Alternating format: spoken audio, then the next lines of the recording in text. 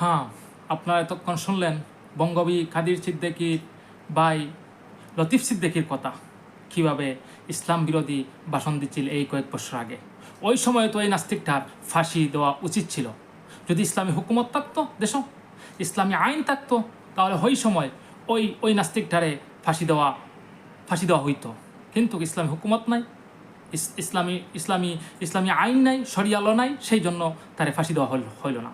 এরা সবাই নাস্তিক। আজকে যে ষড়যন্ত্র করছে, হাজার হাজার জুলাই যোদ্ধার রক্তর বিনিময়ে আমরা নতুন বাংলাদেশ পাইছি, এই বাংলাদেশের নিয়ে আবার ষড়যন্ত্র করতেছে ওই নাস্তিকরা। কেন ওই নাস্তিকরা বাইরে? ওই নাস্তিকরাকে কেন ফাঁসি হচ্ছে না?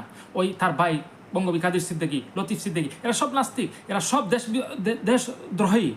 এদেরকে কেন ফাঁসি দেওয়া হচ্ছে না? এদেরকে দ্রুত ফাঁসি দেওয়া হোক।